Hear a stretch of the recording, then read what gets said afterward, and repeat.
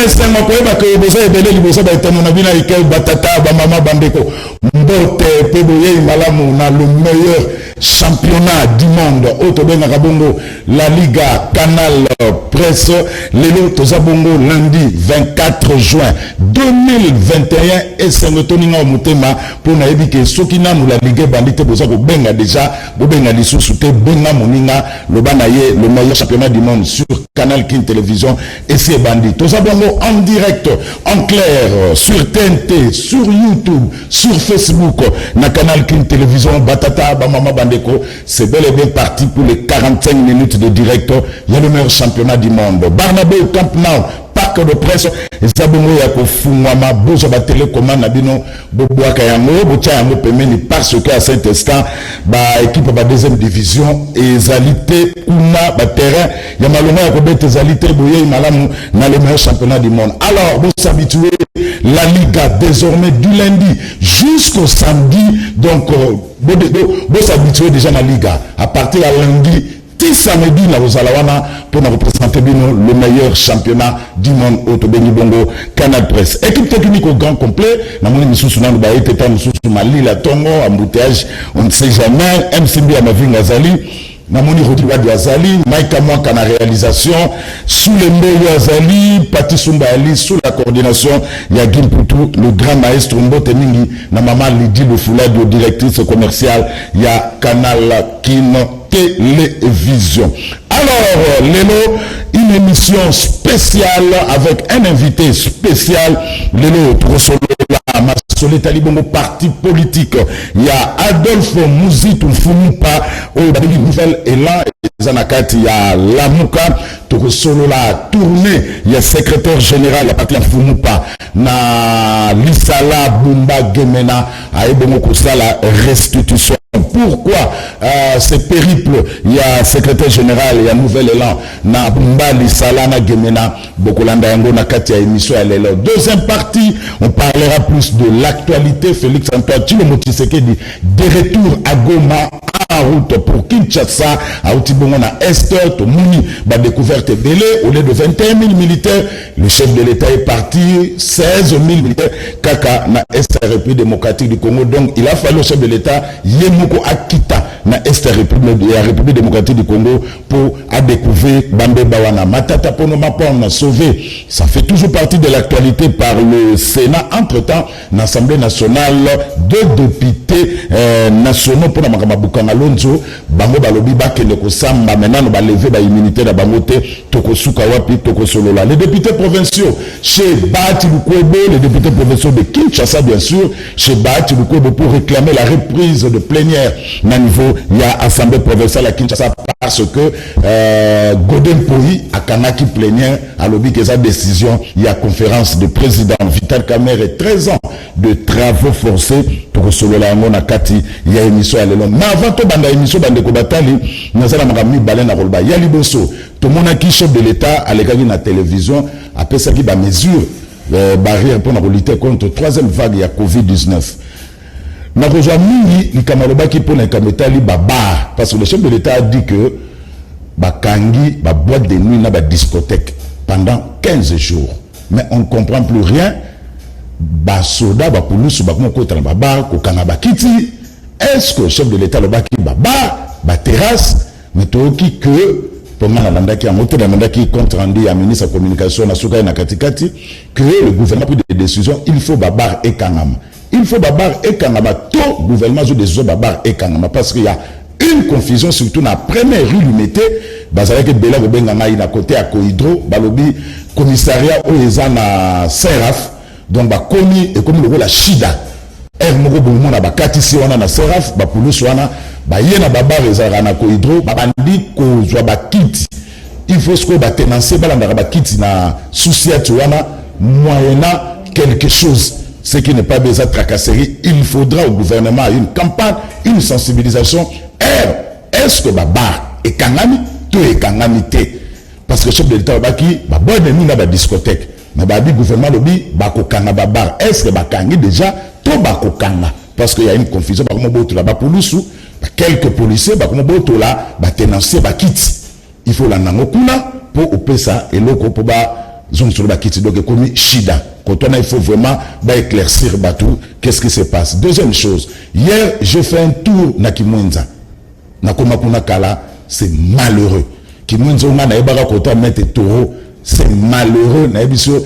Je ne me retrouvais plus que Kimwenza Yangwana. Nzela est zaté, Nzela Boukana, donc à partir de Kimwenza la victoire.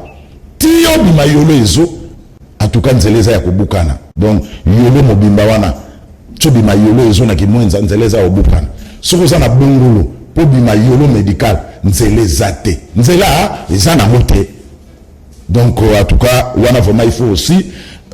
autorité urbaine à ça l'effort parce que kimwenza to eba ngokala bo ba ke yolo za la quartier urbanisé par le belge donc kimwenza za la ki toko banda victoire ti na yolo ezo mais lobby j'ai fait un tour là-bas c'est malheureux na ebisi nzela ezate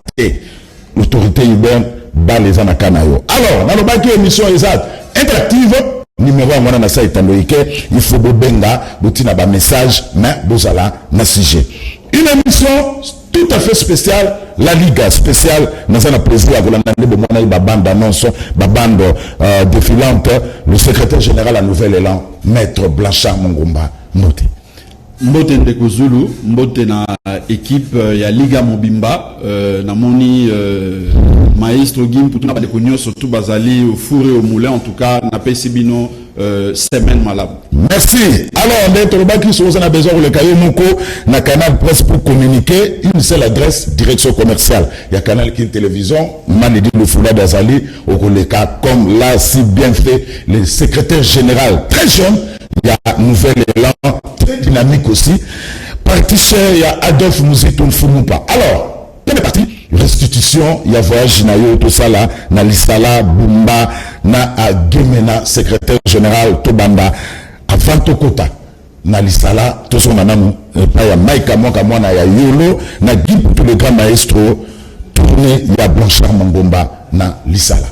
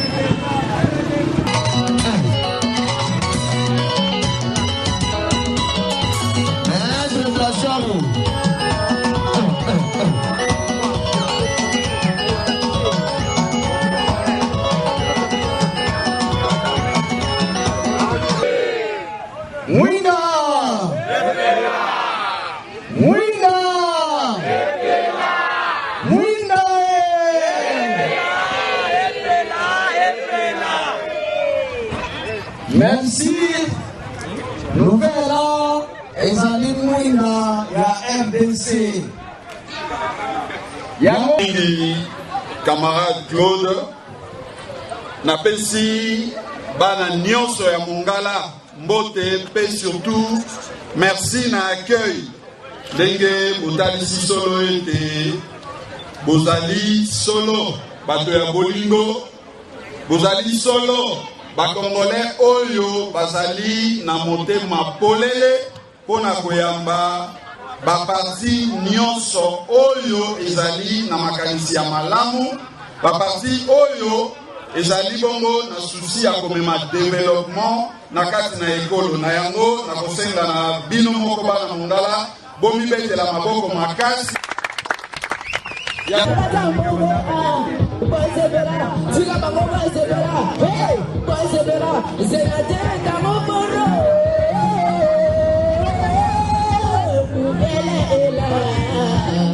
merci mingi bandeko ya Lisala bandeko ya Mongala nyonso tozali kokata ribon oyo mpona kopesa succès d'abord ya liboso kopesa merci na mwana mboka Adolphe Mozito mpona geste ya malonga geste ya lokumu oyo asali mpona bana ya Mongala maya boye na ino esalema te etalisi solo ete ye azali soso ya mboka ye azali prison te oyo apimbwaka alekaka ye azali bongo soso ya mboka mpe aza komerite accompagnement mpe appui na biso banso eza boye te tozokata ribon oyo mpona kopesa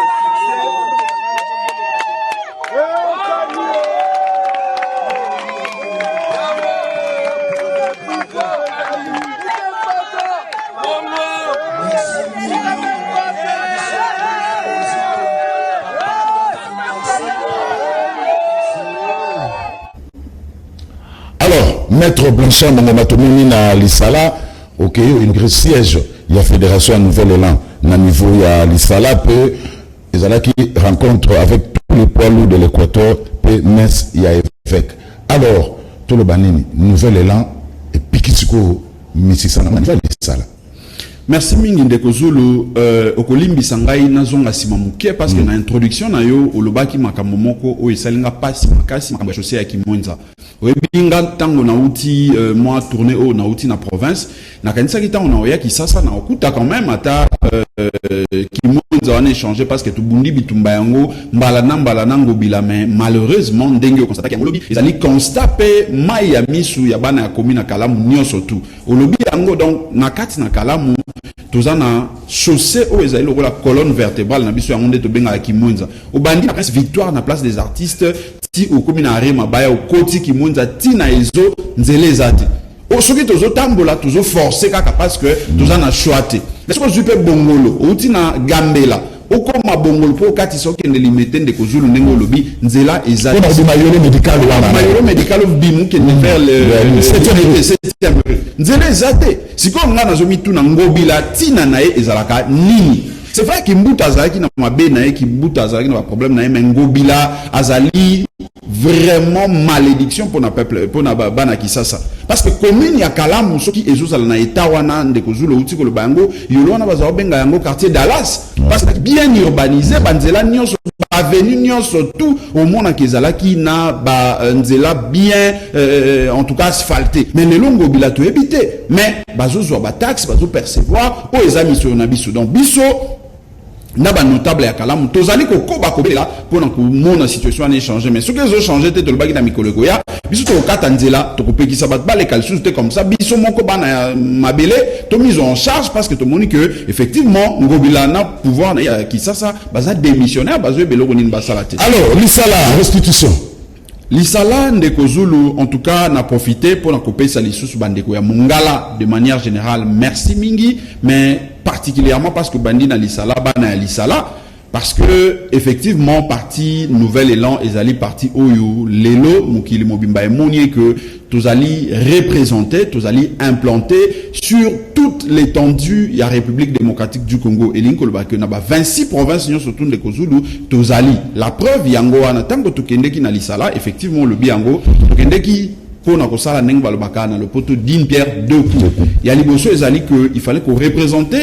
mon amboka Adolphe Mozito oyo azali mokambi na biso ya nouvel élan na sacre. Il y a évêque, il y a Lisala,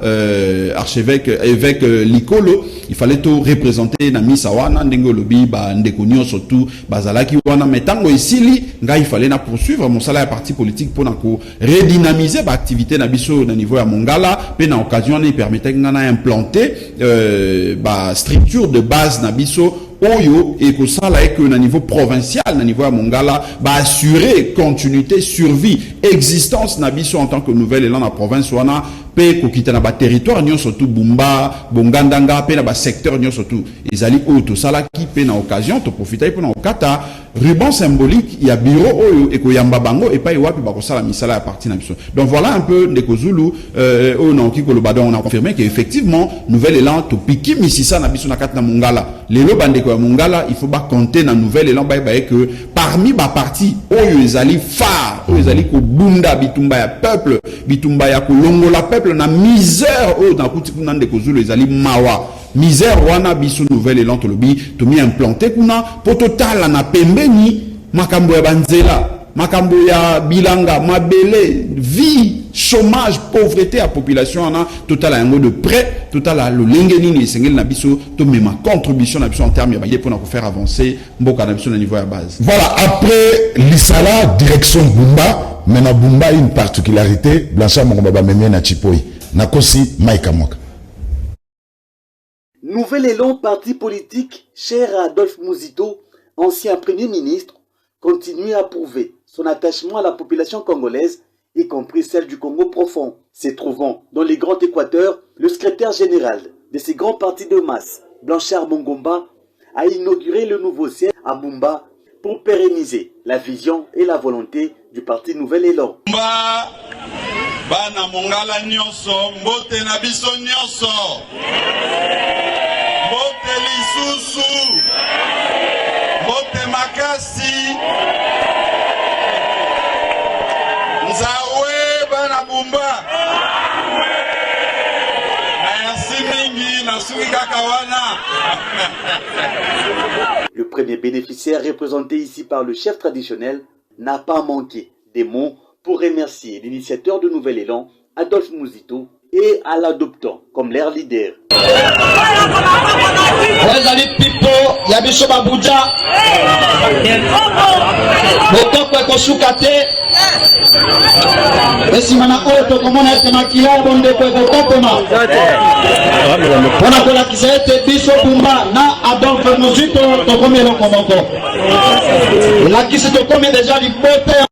Président Adolphe Mozito, oui. Toki naloba ya kitoko et pas secrétaire général wa uti Kinshasa uti boyebisa biso. Kasi pona milulu oyo ezalaki seulement pona kokata riba pour misala ya parti Nouvel Élan ebanda. Bongo lokola bayebi ke makambo nyonso esalemaka na bokumu ya bokoko yango natingami korepresente président ya notamment ya biso ya Bumba lokola kumu ya bino mpona kosala molulu yango we napesi bino merci mingi tobeti maboko makasi wana sika batoko ya Buja bazali bakonfirme lelo solo et son excellence Adolphe Mozito a commis Moïse Libota Yamabuja. Notez que Nouvel Élan reste l'unique, ou si pas le seul parti politique à prendre les Congos à sa juste valeur dans l'optique de redorer son image à l'extérieur.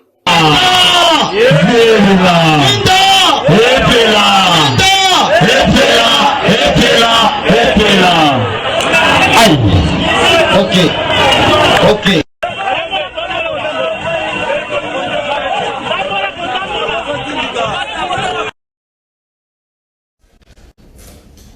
Voilà, Blanchard Mongomba na Bumba. Alors, na mono na tipo yo que vous défiez liaou na terrain na Blanchard Mongomba.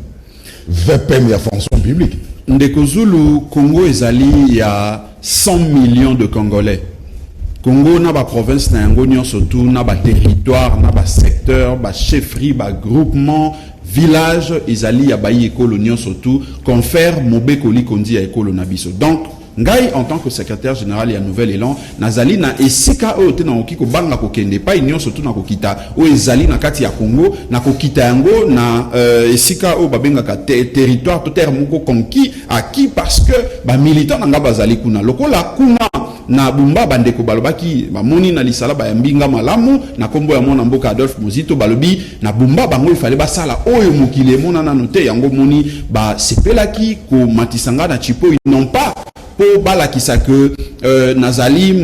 ndenge zalaki na époque ya Mondele Ngulu ba belge mais zaki pona olakisa que effectivement tous allez ko reconnaître tous allez ko honorer mon sala o ezali ko sali manakati na Nouvel Élan. Donc voilà un peu ezali pona ko défier mon tout mais ezalaki plus pona olakisa que Nouvel Élan tous allez na bumba to loni misisa na biso pe toujours sala mon sala o mokili e komona mais de kozulu na lingina beta sete moko parce que monita ngozo tanga ba kombo ya bato tango bato bazomi kumisa awa ba dignitaire ba député ba ministre mais moko il faut ba ebisaka bino bato bozana kisasa peuple o azana kisasa na diaspora vérité parce que ngai na uti lisala de kozulu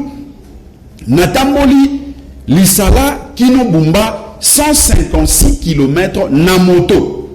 nakei yango na moto kate parce que nzela ya malonga ezate de kozulu na pepo na kokaki pe kokendete parce que avion et longwa lisala comme abumba il faut osalande commande il faut joa rendez-vous à 1-2 mois na ba compagnie aviation et zotali sa solo été bato ba zomi kumisa ete bazali ba kolo mabele songolo makolo bumba kolo lisala tout ça baza ba kolo na ngote parce que ba yebi ba réalité ba sur bande ko bazo vivre te nga malgré mon toto matine de kozulu menzela ya malonga ezate to sali forcing to koti bazamba kokota wana pona to koma kino na bumba ezalaki bitumba ezalaki facilité alors ba militant population bumba balobi pona parcours oyo ya ba combattant bitumba oyo sali pona kokoma ne fiske ko atteindre bumba oyo esengeli to honorer mosala wana to honorer en tout cas dynamisme wana to tomboli na chiko donc c'est ça justement oyo la kisi reconnaissance ya bande konanga ya bumba oyo nazo saluer bango epai bazali balobi ete na bumba lelo Adolphe Muzito ou rien omoni chef coutumier nga lobi ba kati Mondelo ba sopi makila pona olakisa ki basali libala donc Nouvel Élan lelo soko ki na bumba na mapango nyonso ndeko Zulu bazotanga kombo Adolphe Muzito na mapango nyonso bazotanga bon sans une parcelle sans Nouvel Élan na bumba aucune parcelle sans le Nouvel Élan donc lelo le Nouvel Élan na bumba na lobi mongala mobima particularité puisque tangi bumba na bumba ezaka okoki jamais ko leka lopango moko sans que bala kisayo drapeau à Nouvel Élan sans que Batangela Okombo et Adolphe Muzito sans que Batangela Okombo est secrétaire général Blanchard ma troisième et dernière étape le secrétaire général à Nouvel Élan Mike Kamwaka Nagemena. Le secrétaire général de Nouvel Élan poursuit sa mission d'installation des comités provinciaux dans les différentes provinces de la République démocratique du Congo. Pas plus tard que les jeudis, Maître Blanchard Mongomba a inauguré le siège du parti cher Adolphe Muzito à Gemena, dans la province du Sud-Ubangi. Parfaite occasion pour rappeler, le président du MLC a quitté l'Union sacrée de la nation pour rejoindre les camps du peuple. Merci Mingi Pambate, malgré quoi qu'on soit aux huiles, pour être comme on a ici, pour na raison au boébi, à ba mesure barrière, dengue permettre tout ça là, pour essayer la qui tout ça là, milulu na biso, yangoana, otali si solo ete bozali, baoyo bozali déterminé pour être tolongi sa partie na biso, bozali déterminé pour être comme on a ici, to procéder na coupure ya ruban symbolique na biso. Yango na pesi bino merci bobeta maboko pona bino moko. Yango yami balisi ete sengela pesa bana sidu bangi valeur atongi mabele oyo po ete eba na ko bomba misala ya parti politique na biso to bengi bongo na kombo ya Nouvel Élan. Yango wana na kosenga ete bobeta maboko pona bino moko bana sidu bangi pona ndako na bino oyo ya Nouvel Élan eko ya mbaka bino.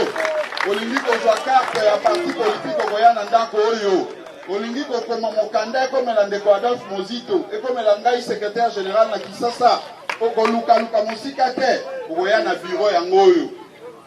Dans bureau ezali ya bino bureau ezali ya misala oyo ekosala ete parti politique na biso et ya makanisi nyonso. Ici est de signaler que bien avant le Sidou Bangui, le secrétaire général du Nouvel Élan, Maître Blanchard Mongomba, a installé les comités provinciaux de sa formation politique à la Mongala, Lissala et Bumba dans les Grands Équateurs. Alors, un secrétaire général, quelles leçons a tiré après période? Leçons ya tirer de Kozulu ezali que premièrement pouvoir nabiso c'est vrai ezali pouvoir moko oyo ekoti na lolenge ya mayu ya otoyebi mais pouvoir yango malheureusement ezali ko se contenter kaka ko satisfaire bato o bautaki na diaspora ba camarades bato oyo mwami balemi sato bazo sala jalelo na kisasa mais pouvoir wana illégitime eza koyeba ba réalité ya Congo Profontaine de Kozulu pouvoir wana ezoyeba réalité ya peuple nabiso na ba province te awa outi komona ba image ya suka totali eza ba image ya Gemena na outi Bumba na zongi Lisala de Lisala pona koma Gemena 350 km de Kozulu na moto pourquoi parce que dans le avion pour yango il faut programmer yango ata 1 ou 2 mois avant nzela malgré moto wana nzela ya malongi parce que na mutuka kuto ezate eza pasi na moto tozokota nde bazamba alors ngana ngina profiter na tuna bandeko neti oyo ya Foner toujours ka IGF azo sala wa IGF alandi mutu songolo IGF alandi ndeko Zulu alandi butute mais Foner ezali fond pour na entretien ya banzela wana routier tout ça mais nzela nini o Foner abongisa parce que ngana koti deux provinces province ya Mongala Lisala Bumba na moni pa Foner au sa musala te na koti Monga Sidou Bangui parce que place to traversa qui rivière Ubangi pour na comme na centre ville ya Gemena so bokomi na moto place à rivière bofrene na tomati na boîte bache ba moto na kati ya boîte traverser rivière wana to komi na ngambo kuna ya province ya Sidou Bangui nde to bandi lisusu 110 km pour to koma na centre ville na zoye bate soki lelo o bato bazana Kinshasa ba kokipe ko kende ko contrôler bato a Foner parce que na deux provinces na vivre na palper du doigt réalité o que Foner misolo nango izo servir nde bato a na Kinshasa izo servir mabenga ya bato a na Kinshasa kuna na ba province siko esengeli basala musala ezo sala musala mokote donc na mokusa na kolba kende ko Zulu ba province na biso na zoyoka awa makambo ya ba jeep makambo ya ba corruption kili mais mbongo wana ekokai ko servir ba province na biso bazo ata ba hôpitaux de ko Zulu ba hôpitaux ezate na ba province ba école ezate bana bazotanga bazofana na se banzela ndenge na lobiana ezali kutute donc na ba province même ba bureau na bango mo esengeli ko yamba batu gouvernorat qui na assemblée provinciale ezana ba état moko eza ya mawa ya soni donc lelo yo ndeko Zulu tozali ko conclure ko basolo était état na biso ezali état moko o ezali démissionnaire eza état moko o eza ko se contenter ko remplir ba poche ba individu au lieu et ça la monsala et effectivité à l'état na biso bipai o nyo surtout ezali pour que peuple aille ba ko tirer o ezali par na kati na Bokambi Eko. Alors Nouvel Élan se prépare déjà pour 2023. Normalement on a déjà ba tourner on a ko inaugurer ba siège et puis ba siège en particularité il y a Bumba ezandenge mo ya Lisala ezandenge mo ya Gemena. En tout cas, prêt pour 2023. Un parti sérieux de Kozulu, le la Nouvel Élan, Oyazana vision à monene pour na Congo, un parti sérieux le la Nouvel Élan, Oyazana ambition bien claire, bien déterminée et sengeli kozala na biloko lokola bongo dans ba siège et pas tout ça le ko remarquer que même na Congo sont pas pendant qu'il Équateur même modèle to connaître la bongo et puis awa lokola to aussi c'est étape Équateur wana naza je crois prochaine étape eza que na okende Congo central dans la Boma na Matadi soki na utikuna na zongi na ki Équateur province Équateur na province ya Chuapa Mbandaka Boende soki na sisi kuna na yo zonga na ki province orientale Kivu et puis Naba Katanga un peu partout. Donc biso tous allez que se préparer effectivement pour que te remplacer bah illégitime, te remplacer bah incompétent parce que peuple congolais malheureusement puis pas tout na outi dans la province de Kozulu bah zolé là 5 ans ya gâchis te perdre 5 ans ya ngo moni na fongo la parenthèse au moké na Gemena bandeko ya Gemena bah tout na kingai balobi mais ce qui est un conseil okoki kopesa na baye bazali lelo na kati na union dite sacrée surtout babeti sete balobi na grand frère na yo président leader ya MLC ndeko Jean-Pierre Bemba na lobaki non kulutu na biso leader ya MLC ou azali na ba compétence na ye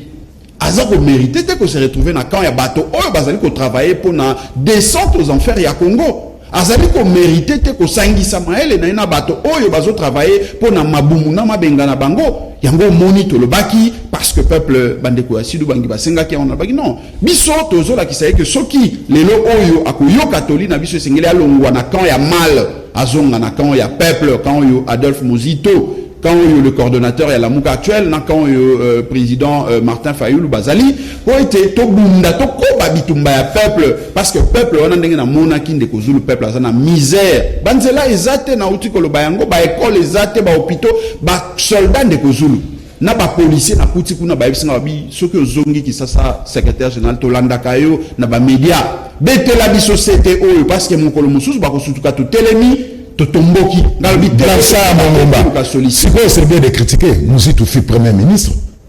Le premier ministre, puis on a sali projet Banzela ba place au titre. Mais vous bien que Adolphe Muzito a somba ba tracteur à Kabola na Congo Mobimba parce que nenga na monaki na le loko ya makasi. C'est vrai bogo sala musala makasi mais ceux qui ne fisque ba tracteur ndeko pour na ko fongola Banzela wana ko kata parce que ba place muso ko to kuti nzete koya na nzele kanganzela to kumbi ba moto totomboli le quoi moi muscle pesamment makasi totomboli à monde pour tout traverser tous les cornes donc de quoi Adolphe Muzito a coupé sa rétrocession dans la province en plus de ça à son baki ba tracteur à pesi ba province wana pour basa la bilanga mais aussi et faciliter banzela o ko mema biloko bilanga wana et bimakino ba centre ville mais lelo yo quelle est la vision quel est le programme pour la province na biso ba bazali ko kamba peuple le contre volonté na ba bisa biso et loko nini baza ko banza pour la province ce que otuni ba motuni o kaka na eba kiteke na province una banzele za la kate na eba kiteke na province kuna bozwa ka rétrocession te donc bango makamunyo surtout ba eba kate mais lelo oyo biso tozotali ça a été tozana une grande vision pour na Congo ya lobby de Kozulu nouvelle élan tango tokokota na Bukambi okomona le lenge oyo tokokamba ekokesana na ba eba za kokamba lelo parce que peuple alukaki alternance te pour à continuer ko vivre le pire oyo avivaki na Kabila. Parce que Kabila tango azaki ye moko na commande passe ezalaki na mboka banzela ezalaki te mais oyo lelo yo tango basangani na ndeko Chilombo et comme lisusu pire que les kandenge Kabila azalaki ye moko donc ezotalisa solo ete soki bato oyo bazana makanisi ya malamu mingi te basangani isika moko ba produire kande bombe ba produire ka poison ezali poison oyo bazomelisa peuple lelo peuple na biso azokufa non pas parce que maladie ekotie na nzoto mais azokufa parce que condition ya vie oyo l'état moyini azo pesaye et zo permettre à évoluer malade. Blanchard Mongomba, secrétaire général il y a nouvel élan bato bazona na biso na la ligue lelo tout à fait spécial le secrétaire général il y a nouvel élan alors première partie sili et pas wapi awuti ko ça la restitution il y a voyage na ye na est il y a na Gemena Lisala na Bumba partout à l'équipe ba implanté a inauguré le siège à Sikaobo, tout le monde en a babilili. Il y a un nouvel élan. Pour la nouvelle élan, ils ont préparé déjà 2023. Et puis, le secrétaire général a lobby que sous l'autorisation, il y a le président Adolphe Muzito, pour président, il y a un nouvel élan. Pour continuer périple pour redynamiser le nouvel élan. Il faut un nouvel élan. Et puis, Kamistisa naye à travers le 26 provinces de la République démocratique du Congo. Deuxième partie, l'actualité. Blanchard Mongoma, c'est un politique, secrétaire général d'un grand parti qui est Nouvel Élan. Enfin, Félix Antoine Tshilombo Tshisekedi à l'est de la République démocratique du Congo. Botiki makele lesiko. Bino bata résistance. Non mais motuna ya makasi elinga kozande ndeko Tshilombo na est de la République démocratique du Congo. Est-ce que ba tuerie et sili? Est-ce que peuple ndenge leki na biso to landa ki azaki ko lobela en face à fongoli miso zo ebisa ba vérité? Est-ce que akoki ko ebisa na leki wana ete lelo oyo masasi ekobeta lisusu na STT lelo oyo ba tuerie tokoki ko lela su bande ko na biso te ndeko Zulu na banza mais bien ça c'est là où on continue mais c'est un problème que Félix a hérité azako ça l'effort pour ici là.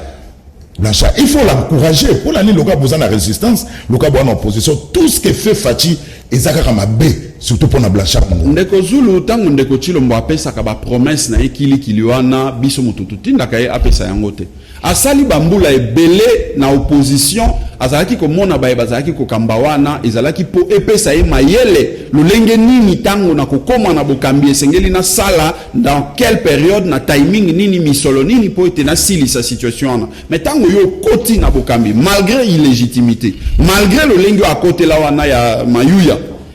mais ozali ko pesa ba solution na ba problème wana te ezola ki ça été aye ko apprendre ba problème nyonso tout na kati na ebonga ya bokambi wana ezotali ça été peuple azali ko regretter peuple azali na chance était parce que 5 ans oyo lingaki ko servir biso de ko Zulu ko mettre un terme na situation à est parce que c'est vrai okoloba ete a hérité yango mais puisque a hérité yango yebaki ki a ko hérité yango aye ko kutana na yango comme surprise te mais na programme na ye to pe na projet na ye au peuple esengela ki a voté na yango bien que peuple a voté na yango te ye ami kotisa na makasi ezalaki nini plan na ye ezalaki nini pona makambo a exécuter yango lelo ya komi na tâtonnement te na yebaki te makambo ezoleka na yebaki te ete basoda babukaki bana maboko bobeti bana mike bokangi bango balakisi na mwana loboko oyebi ete soki ezalaki ngai président ya république na minute wana mwana wana ndenge namonaki bongo na kati point de presse nazwi mwana wana na kei toluka solution na loboko ya mwana wana yambo ete to continuer na ba promesse oyo ekozala réaliser te. Mais quand il découvre qu'au lieu de 21 000 militaires il a découvert a découvert qu'à 16 000 militaires aux hommes que des sentinelles na République démocratique du Congo ezalaki penza na litoma makasi. De deux choses, l'une ndeko Zulu. Ce qui a découvert yango kuna na terrain, alors qu'il a sali déjà 3 ans na bokambi o yazali na yango contre volonté à peuple congolais, izola qui ça a été ba service nyonso eza tout autour na baza soit ba incompétent, soit bazo kosa ba oli misolo nyonso tout d'où décision na ye ya ko benga na ba collaborateur nyonso pembeni na ye parce que ba lié misolo na 6000 militaires ya ofele parce que comment un chef de l'État Moutou oyo aza censé kozala le mieux informé que Moutou nyo surtout na kati na mboka akende ko apprendre 3 ans après que batoana ba soldats bazalaka 21 000 hommes te bazalaka nde 15 000 ndenge olobi wana ezotali sa solo ete bato bazo travailler na bazo sunga ete pourquoi parce que baebi ete ndenge to wana biso nyo surtout ezali lisolo ya chance eloko pamba ndenge bokambi yango tozwaki yango na chance ndenge pe tokotisa misolo na mabenga na biso na chance ça ne sert à rien tout ça la mosala pour nous servir peuple c'est ça la conclusion esengeli kozwa parce que le loyo bokoloba ke général Mbala mais général Mbala azali na mokonzi likolo comment yo mokonzi okolobi ke découvrir eloko wana kaka lelo donc bango nyonso ndeko Zulu bazali bato oyo peuple congolais esengeli acha bango na même panier ko bande na ye moko ndeko Chilombo parce que quand ça la déclaration à Bongo ezali aveu était ba collaborateur na ye présidence na ye wana ezali na incompétence moko ezali notoire bazo ba musani bazo salate ba conseiller na ye bazali chargé à défense bazali ko kende parce que tout le monde a dit que na Rwanda au Kenya ko ba déclaration à lo yenge tout ça pour ko défier peuple congolais au lieu ya couper ça conseil et pas ya mokonzi na ye ba conseil neti ya bongo que ba militaire wana baza nombre wana te baza ne motango donc misolo ya peuple izo panzana na lo lenge ya lo yenge pourquoi parce que ba ebiete chance no ko pamba tika to koti ça parce que na 2023 ndenge zo yana to ko za ali susu awate d'où il faut to ndisa mabenga na biso libela Bonsoir Mongomba pour nous rebenga yo président de la République démocratique du Congo il on ne kangaka yo ou le rebenga Chilombo. Non mais ndeko Chilombo ezali kombo na ye parce que ndeko Zulu président ya république ezali moto oyo partant et ba principe ya république au peuple nyonso surtout à voter de manière démocratique. Si le logo zalaka nostalgique non Mongomba. Non, ezali le logo zalaka dans 2 ans 2023, si le logo zalaka nostalgique ndeko Zulu au-delà ya ba effectivité to na bokambi lolenge mboka ezotambola tokoki ko s'empêcher te ko tambola na ba principe lelo oyo un président mutu tokoki ko benga président de la république ezali mutu oyo azu bokambi de manière démocratique en respectant les règles républicaines parce que lelo oyo soki totali lolenge maponami salema totali même le lenge va publier résultat au monde a été et salamaki de manière démocratique et puis deuxièmement et respecta qui par règle républicaine ce qui fait que les lots et pour nabiso la muka de Chilombo azali président de la république à la limite azali chef de l'état mais azali président de la république. Alors soki Adolphe Muzitu fumu pa na Martin Fayulu bazalaki na imperium plan na bino pour na aussi sa guerre na SNG zalani Plan aussi sa guerre na est la République démocratique. Parce que c'est bien de critiquer, surtout sur un gradin, c'est bien de critiquer. Ceux qui le font dans un période. Ndeko Zulu, plan ezali monene mena couper sa détail moqué. Les lois le bateau bazali pour déranger quiétude. Il y a peuple congolais na mabele na Congo bazali ya koluka lukate et bani ezali Rwanda pe Uganda. La preuve, c'est que par rapport, il y a expert, il y a Nations Unies, rapport Kili il y a Nations Unies, ils ont cité Loana. Deuxième preuve, ils rapport mapping, ils ont rapport. Mais deuxième preuve, ils arrêt, il y a cour internationale, il y a justice,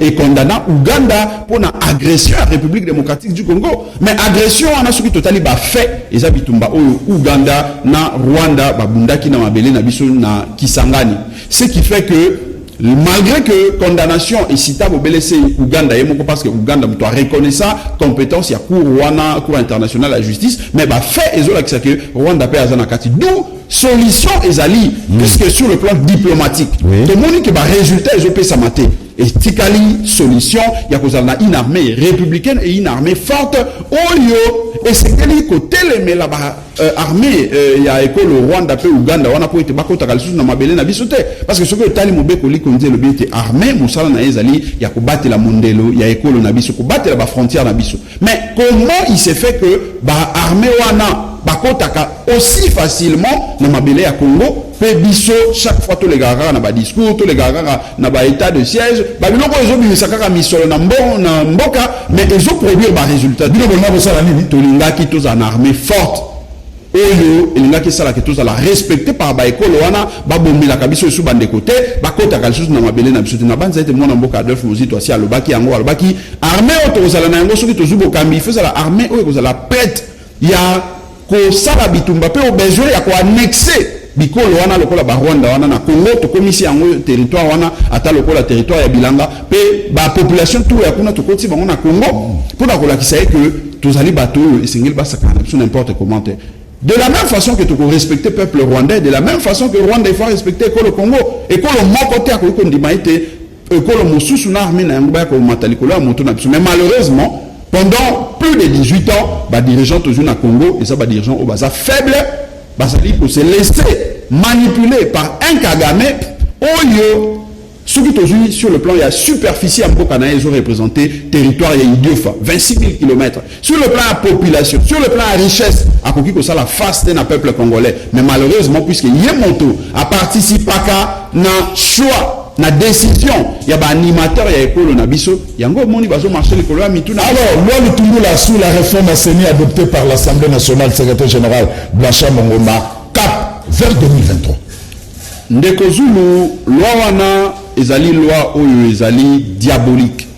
Loi wana ezali loi peuple congolais esengeli atelemila yango jusqu'à la dernière énergie pour été et ya kolelisa biso lisusu te na ba débat ya nani alongi maponami nani a perdre maponami parce que lelo yo na banza été olandi audio ya tata na biso Mboso tata wana tozo rappeler te azaki na deuxième république mais ya kimaka kendaka na exil likolo ya ko défier peuple congolais lelo yo soki abanze te na loi na bango wana o ezali diabolique et c'est qu'il a défier le peuple congolais asala keba parce que peuple a démissionné te peuple congolais azali na Congo pe miso na ye na matoi na ye ezako mona lelo oyo otali corruption oyo ya ba jip ba bimisi wana ezolandisa bana discours mais ba jip ba lobi pesa ba député yo moni amo 500 jip Ndeko Zulu nazali moi politique mais nazali koloba awa nazali ko assumer ba promettre ba Jeep Hyundai déjà ba sali commande $50 000 fois 500 Jeep Ndeko Zulu et ceux qui n'a une affaire il y a plus ou moins 27 millions de dollars ba Jeep wana ezali ko comment pour na nini motuna ezali ba Jeep wana bozo pesa yango ba député kaka lelo 3 ans bo salaki bo pesa ki Jeep te indemnité de sortie to ebete ezalaka na suka mais boni lelo oyo ça peut ça ba député ba Jeep wana 27 millions de dollars Ndeko Zulu okotonga ba hôpital boni okotonga ba école boni okotonga nzela 27 km plus ou moins ekosunda école Congo ekobikisa mabota ebele donc ezotalisa solo ete Ndeko Zulu pouvoir o ekoti na nzela ya kanyaka pouvoir o ekoti na lolenge ya tricherie nzela ya corruption et bimaka pe kaka dans la corruption parce que tant que corrompre ba député na ba dji pour faire passer loi au peuple congolais nyo surtout à monité ezali ko sunga mboka te olandi bande ko société civile olandi église catholique Senko olandi SCC olandi ba parti politique biso la muka olandi bande ko nyo so bazo constater te loi wana eza loi oyo ekomema kimia te na mboka. Pourquoi? Parce que après 3 cycles électoraux na mboka na biso 2006 2011 2018 to constater que seni et seni ezala dépolitisé et c'est quelque côté ni ça plus bande ko société civile na kati mais to moni Kabila na moninga na ye ndeko Chilombo na ba nouveau partenaire na ye ya sika ozui bande ko ya ensemble na bande ko ya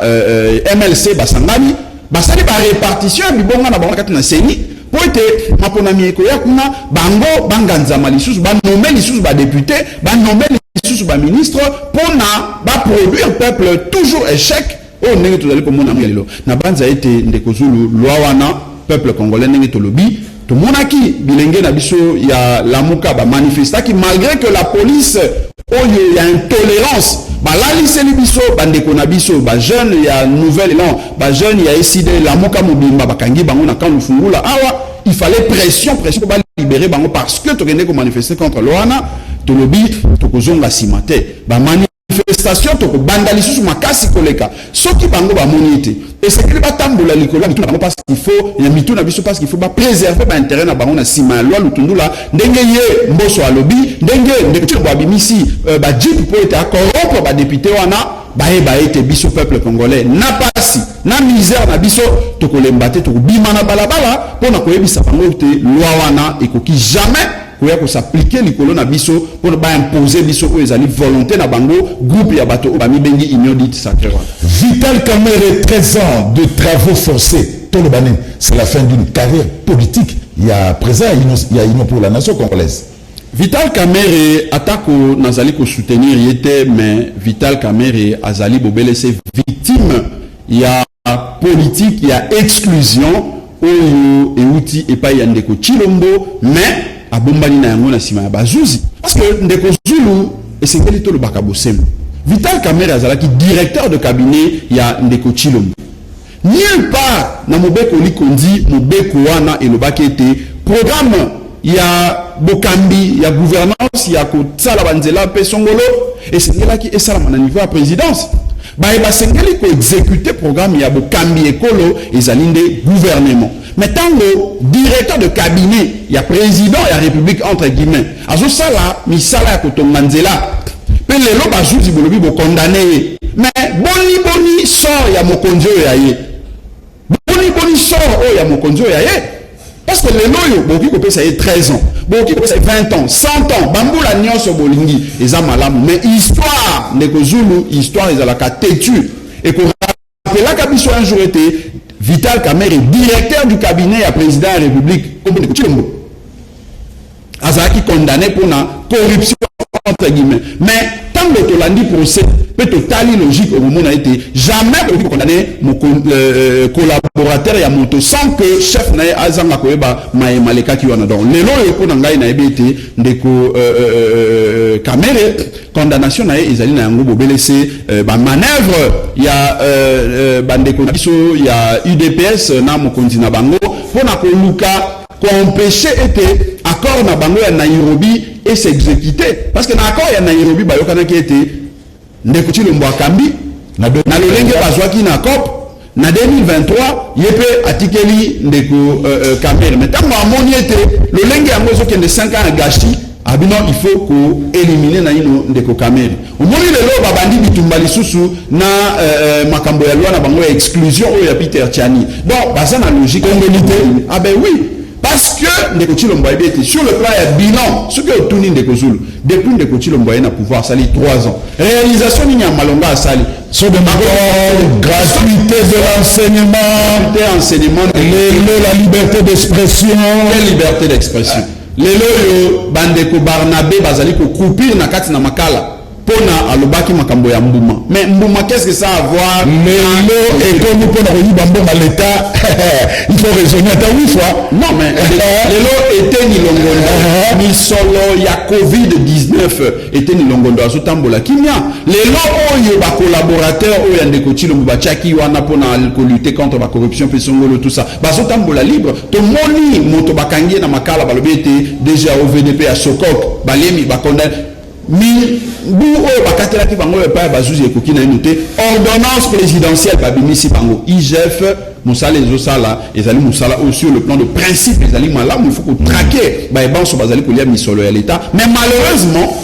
toujours sentir politisation na musala IGF et puis même na musala ya bazuzi na biso parce que bato mingi oyo IGF azolanda ezaka ba oyo bazali ba adversaire politique ya ndeko Chilombo. Bato mingi o bazuzi bazo traquer bazo fina mingi ezali pour la plupart kaka bao bazali adversaire politique ya ndeko Chilombo. C'est comme ça que moni lelo oyo peuple azolo ba été 5 ans oyo ezali 5 ans gâché. Bilan ndeko Chilombo ezali bobelese saut de mouton mais malheureusement saut de mouton yango ezali pour 100 jours 3 mois mais lelo komi 3 ans ici nanté. Alors moni esengeli pona ye abanda ko luka ba manœuvre oyo kozongisa mais ba été peuple congolais à l'imiter peuple congolais a démissionné té mandat na ye oyo azwaki na lulengo azwela wana esi esili na 800 jours totikali na yango en tout cas 2023 awa na loi oyo tokozwa non pas loi diabolique ya lutundula mais loi oyo ekozala ekomema dépolitisation en CENI ne ko permettre été alors sa pouvoir et si sa pouvoir le secrétaire général Blanchard Mongomba conséquence il y a 13 ans Vital Kamerhe l'UNC menace de quitter les institutions est-ce que esa solution eza pas aventure au UNC azosala eza pas aventure au UNC azosala ndeko Zulu parce que l'UNC a un secrétaire général très dynamique Willy Kambale ndeko Zulu omoni il faut te éviter ka politique spectacle politique il y a kuluka komimoni ça a été ngana zali malamu nzoka ndesuki batali passé na yo na histoire na yo lolenge otamboli bakomona ete zali mabe ndeko wana uti kotanga kombo awa mikolo milekaki awa tomonaki kombo na ye na liste ya baye bazalaki comme ba ministre azali ministre ya jeunesse na gouvernement ilunga mais tango ya zaki ministre ya jeunesse wana eza na époque wana nde ba condamna ki Vital Kamerhe est-ce que aussi to monaka ya bimana balabala pour atele malo ba ete pona nini bo condamner Vital Kamerhe est-ce que toyoka ata ye akoma mokanda asala déclaration moko pona ko soutenir oyo lelo azobundela ye si pa oyo lelo lokola ye ba bengani na ebonga wana akomi na balabala nde alingi asenga ba oyo batikali kuna babima je crois que wana ezali o babengaka mbwa asui mbwa ndeko Zulu makambo na bango tokota pena mingi te parce qu'ils ont faire perdre biso temps les to bunda problème ya peuple mais vérité eza que lelo oyo soki bandeko ya UNC bazalaki conséquent soki bazalaki vraiment na souci ya ko compatir ko bunda na leader na bango na bitumba to pe na ba bitumba oyo komelie balingaki ko sala déclaration ko bima na makambo wana utakala mais puisque bazo bima na makambo wana te ezala ye moko Vital Kamerhe ezala ba secrétaire na ye bato na nyo surtout ba yebi cop nini bazo sala ba yebi jeune nini bazo sala et le peuple a yebi ko comprendre que oh tout bazo sala ni za distraction parce que soki effectivement bazalaki un groupe solide oyo balingi ko bunda pona ko faire respecter oyo ezali ba accord na bango ndenge bazolo ba wana ete ezali pona ko exclure ndeko Kamerhe et tout ça et sengelaki babanda yango kuta jugement to pe procès wana ebandaki parce que biso to le kana ba etando iki epai na bino ande ko Zulu pona ko la ki ça été ezalaki condamnation ezalaki en violation il y a d'abord projet wana sans chose ezalaki en violation article 90 ya Mobeko Likondi et puis condamnation était na qui compte dans le fait que Kamerhe ezalaki directeur de cabinet il y a ndeko Chilombo pe soki ba condamner Kamerhe ndeko Chilombo akokai kotika innocente mais bango moko UNC na époque wana baloba eloko te bafana ni bouche be kino na moya lelo pe bazolo ba eloko te mais lelo yo ndeko wana ye alingi asa charmer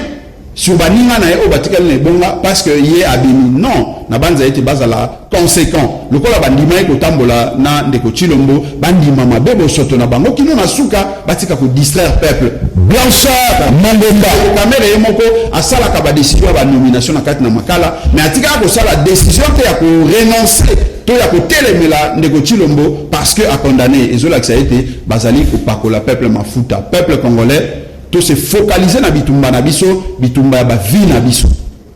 bitumba ya société na biso démocratie ezalité na ba loi lokola oyo diabolique ya lutundula na maloba lokola o mboso tata wana zo bimisa na ba corruption lokola ya 500 types o ezali destiné pour la corrompre ba député na ki monton so lobi mais ceux qui va corrompre est-ce que 500 députés nyo so bazana kati na assemblée bazaka ka ya IDPS non bato oyo bazana kati bao bazali appelé à cause ba jipo wana normalement isa 300 et quelques o babena na cadre ya union dite sacrée na bango mais 100 mois 100 ya likolo wana babi bon pour bimate to maquiller corruption na biso to tiango kaka wana o akondima akoya kozwa o pa kondima te bon to tala kaka donc isa stratégie o to ebi donc na mokuse ezali corruption du peuple congolais to se focaliser na bitumba na biso pour to bengada Blanchard Mongomba secrétaire général ya nouvelle élate au comité de chité alors il y a Elena Asuka les députés provinciaux de Kinshasa chez Modeste Bati Lukwedo président ya chambre haute ya parlement bakomaki kuna bapesa kiye memo baki quelques députés bapesa kiye memo na kati ya memo basengaki reprise ya ba plénière na niveau assemblée provinciale ya Kinshasa o Godin Poi akana yango kaka boye na kobima na bango pa Bati Lukwedo Madoua Kabemba élu ya commune Kasavu de porte-parole ya ba député provinciaux na azanaki malobate est-ce que nakosi Mike Kamwaka qui est la réouverture, la reprise immédiate des travaux de notre Assemblée. 2, que l'exercice du contrôle parlementaire ne souffre d'aucune entrave. Comme vous le savez, l'honorable Mike Mukebai a eu à adresser une question orale avec débat au gouverneur de la ville de Kinshasa sur la politique générale, la manière dont cette ville est gérée. Et Dieu seul sait comment cette ville est gérée, dans quel état elle se trouve. Malheureusement, on cherche par des manœuvres de toutes sortes à museler l'honorable Mike Mukebai, on cherche à le faire taire. Une demande de levée de ses immunités a été adressée à l'Assemblée provinciale et on ne veut même pas que la plénière se réunisse parce qu'on attend que nous soyons en vacances parlementaires pour pouvoir, par une supercherie, par des machinations, que le bureau puisse lever ses immunités. Nous sommes au courant de ces manœuvres. Donc nous demandons à ce que toutes ces velléités, toutes ces manœuvres soient arrêtées. Voilà, Blanchard Mongomba aux au parfum de tout ce qui se passe dans l'Assemblée provinciale à Kinshasa. Alors, un commentaire par rapport à quelques députés provinciaux qui pas pour réclamer reprise il y a plénière parce qu'on a dit que c'est suite à la Covid-19 mais le Sénat bazo siégé l'Assemblée nationale bazo siégé comment expliquer l'Assemblée provinciale à Kinshasa godé pour la plénière. Ndeko Zulu ezali conséquence ya auto iko considérer na mokuse ezali ya opprobre ya pouvoir oyo esalema contre volonté à peuple parce que toza nakati na ce que je peux considérer un cercle moko vicieux. Yé Godin Poi azokanga plénière na décision na volonté ya yé pour protéger moto a komi moninga na elelo ngobila. Bato baki ko dénoncer lelo ezali ba députés provinciaux. Quelques députés provinciaux. Mais ce que tu as dit quelques députés provinciaux en a pris. Nous savons que ça na ba commune na bango ba vota bango. Parce que parmi bango na mon ba député à Kalamwa. Nini bazo yo ozalaki lobi na kimunza uti ko lobango. Na moni député moko ya Kalamwa na mosala nini ye asalaka na kati na commune na ye. Ba député musu na moni ba Kasavu wana lokola ye moko Madoua Kabe. Mais misala nini parce que tant bazo ba ke ville ekufi. C'est que bango moko bazo ça appelle déjà nous. Donc le bandit Blanchard, l'Assemblée provinciale à Kinshasa, c'est un échec patent. C'est un échec patent, un échec ezali grave et le peuple kinois, peuple congolais dans son ensemble mais à particularité le roi toujours de la makambo ya ville à Kinshasa, ba kinois c'est qu'il va sanctionner ba député nyonso au bassin dans l'Assemblée provinciale. Parce que mon qu'on a bangoté à Zosala Moussala au peuple osé la bango. Mais quand on cherche Yakoube sa gouverneur, qu'est-ce qu'on aura avec débat? Tu ne vois pas que honorable Moukeba et Eli Alingwala à Sali Moussala ce qu'on a une interpellation au bazo bengi sa gouverneur, on a la plupart makambo bazo reproché ils allient misolo badji pour pesa ki motobo mbongo ezaki na banque songolo esala ki bo mais makambo o etali ville ya Kinshasa o etali gouvernance mais baba sur la politique générale il y a dit la Kinshasa qu'est-ce qu'on aura avec débat politique générale batie yango pona et embellir mais ce que tali contenu et loko vraiment ba beteli c'était mingi ezali makambo ya misolo makambo ya badji donc awa ezola que ça a été mbobila azali incompétence au kokamba ville mais aussi pas député provincial bazola mukana retard parce que déjà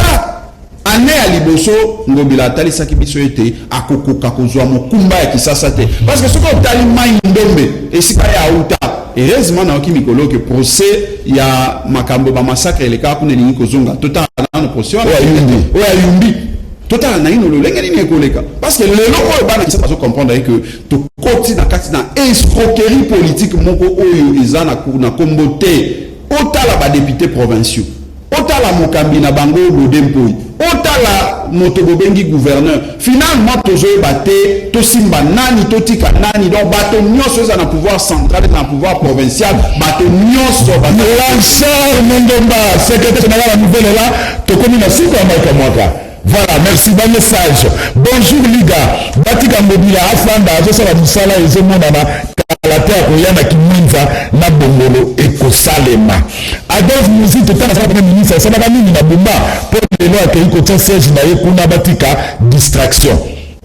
Non, Adolphe Mozito Azala qui premier ministre de la République démocratique du Congo. N'est Nathalie Sawa à Kambaki République démocratique du Congo dans le Lenga Malam pour être la province de surtout les hommes. La preuve c'est que toi nul qui est extérieur public dans le bien Pesaki tracteur dans la province de surtout Azali besoin ça va rétrocession dans la province de surtout problème Azala qui il y a chaque gouverneur à niveau n'engeni ba gérer qui ba entité na bango donc voilà mon coup c'est le Lenga voilà bonjour Liga to c'est pour la ramande de Blanchard Makasi akoba na musala ndenga zo sala nzambe apambola Muzito a sali exception à Grand Équateur. Donc, à confondre Grand Équateur, félicitations à maître Blanchard Mongomba. Richard Makem, originaire de Congo Central. Kassi Nakoli, Nabumba, Navni Yangembo. Tant le Muzito a sali aux affaires, à sali de l'autre côté. Espérons que le col a eu conscience avec originaire Équateur, Blanchard Mongomba et Kostimba. Tozana et Samakomona CG, Blanchard Mongomba, Tozana Plaisir Makassi. La Mouka toujours l'icône, Liga et fin. Sœur qui s'aima na commune à Makala. Tous en a posé un numéro à CG et félicitations à Mfumupa. Bah, numéro 081 62 58 702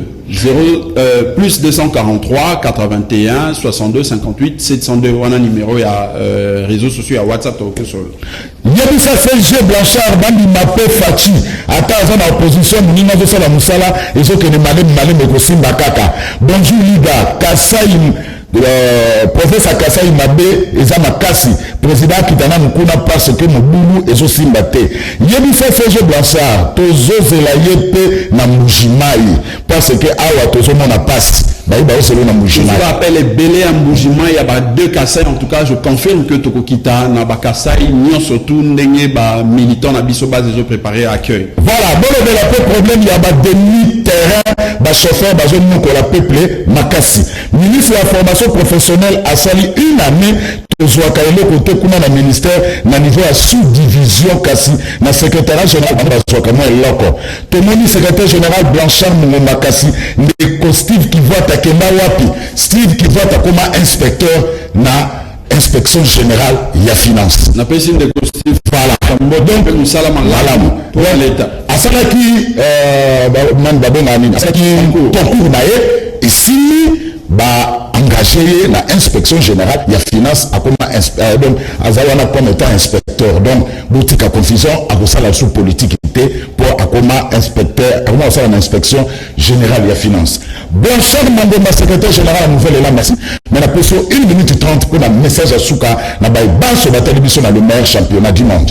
Message ya Souka peuple congolais na banza que bomoni lelo oyo bokambi oyo ekotaka na lolenge ya corruption bokambi oyo ekotaka nanzela ya peuple te suka na yango ezalaka bobele se mbutu basimba wa mabe basimba kuna mabe et produire libungu pendant le 3 ans pe tozali komona déjà na ba indicateur o ezali boso ete 5 ans o nyo surtout bokambi na bango ezui et koleka bobele se ofele donc gâchis perte ya temps pour na biso peuple congolais na yango tozali ko senga bino to se mobiliser pour na ko telemela ko empêcher loi o bango bazali ko soutenir loi lutundula wana o mboso alingi asili la énergie na enyo surtout abimisa bisolo angani ya l'état pour akende ko corrompre ndenge déjà babimisi ba jeep 500 pour corrompre ba député pour être loi na ele ka loi o ya ko faire couler makila na mboka na biso ndenge to perda molimo na epi manakimia bana mboka lokola ba igota nzambi pe bongo na bongo biso to lobi il faut to bunda société civile biso banso to se mobiliser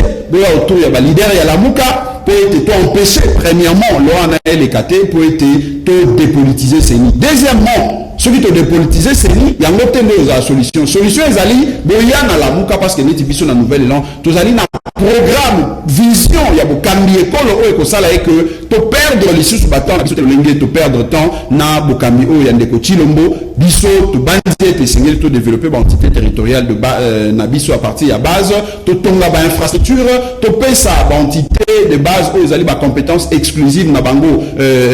makoki ya koyeba ko sala ete bae bazali ko sala na l'état bae bazali ko sala na ba privé bae bana ko zwa lobby ko na bango bae ba ko dépendre toujours na bae politique te pe mboka na biso to ko mona ete e ko kende liboso pe to ko espérer justement ko ba ete Congo et comme pays émergent to pe pays développé parce que na moya lelo ndeko Zulu bande ko sengeli bae ba ete tozali ba sous pauvre tozali même pas ba pauvre mais tozali na sous pauvreté d'où confiance na nouvelle élan na lingomba la muka mobimba po ete to bimisa mboka na kati na molili oyo pouvoir illégitime et cotisibis. Blanchard Mungumba, secrétaire général, il y a nouvelle la partie chère, il y a Adolphe Mouzitou, Mfumu, Paoza Nakata Lamuka, na Pesio, merci Minki. Merci Naliga, merci Ndekozu. Merci Nabino, Bande de Bataille, Ndebo Zaleke Belal Landabiso, à travers le monde, grâce, il y a YouTube, il y a Canal King Télévision, en direct aussi sur Facebook, en direct, en clair, en direct sur TNT, dans le meilleur champion du monde, Otobenaka, Canal Presse, beaucoup récupéré, télécommande Nabino, merci, na équipe technique, rediffusion, 21h30, kasi bobo sanate soki na bimi kitoko boye Bichilix mode na kosenga na secrétaire général ya grand parti ya nouvelle là Blanchard Mongomba leka na Bangabungwa non loin ya bloc commercial ya Bandal okomona Fifi Bachala avec 9 ans d'expérience a retomber chemise à kitoko comme nous avons mérité sa idéologie na ote chemise à kitoko abaka sa kitoko même ba mama ba retomber du baya kitoko to bengi Fifi Bachala na 0998 120 808 0998 120 808 Makamba Mikoloyo Bichilix mode habilleur ya Ndeko Zulu botika la malamu ndenge na lobby la liga du lundi jusqu'au samedi na kozala wana ngamoko pona beta modada est-ce que na kosi Rudi Louadou tokutani lobby